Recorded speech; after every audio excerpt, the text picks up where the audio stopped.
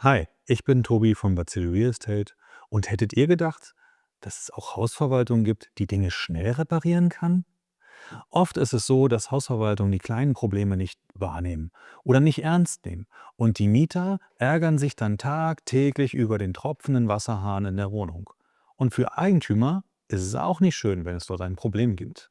Hier sind wir anders. Wir haben ein breites Handwerkernetzwerk und gucken uns auch die kleinen Probleme schnell an, damit aus dem tropfenden Wasserhahn nicht ein reißender Fluss wird. Bazilli Real Estate, die mit dem Schraubenschlüssel.